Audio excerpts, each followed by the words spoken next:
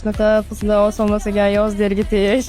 Minuslari ham tez telaman, pluslari yo'q. Bu videoni ko'rgandan keyin hamma nimaga berayotgan savoli, to'yingiz o'tdi-yu, endi osonlashgandir hayot deyishinglar mumkin. To'yingizda bildik 407 kilolik ko'ylak kiyyapsiz dedinglar.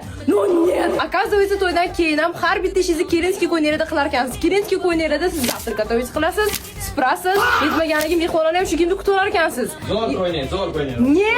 Menga hech ko'yim suvchi hech kimga yozlarga tegishni maslahat bermayman. Agar siz bilmasdan deb qo'ygan bo'lsangiz, biz Samandar aka bilan cho'tki lifehack o'ylab topdik. Lifehack. Bo'ldi. Yeha. Haftada familiyaga anaqamiz bor, burchagimiz bor. Bu shirinliklar bir narsa suvli bo'ladi. Nima qilib olmayman, charchab keldi. Ya ustoz. Unaqa yo'qmas.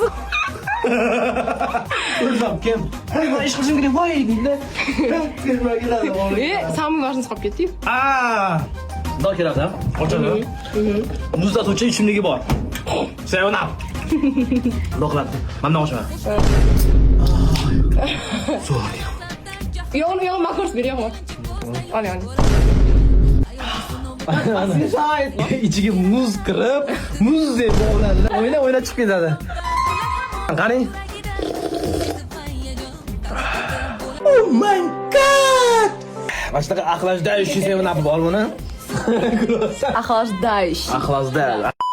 Bu videoni hozir sizga xotiningiz tashiydi. Men borida so'ngdan ko'rsatib qo'yganimizga kechki payt soat 12 da magazinga chiqib, olib kelasiz 10 ta 15 ta amigo. Bo'la qolmaysan? Hoppa. Gaz. Bo'ptimi? Пока-пока. Qanaqa qildi? Up, up, up, up,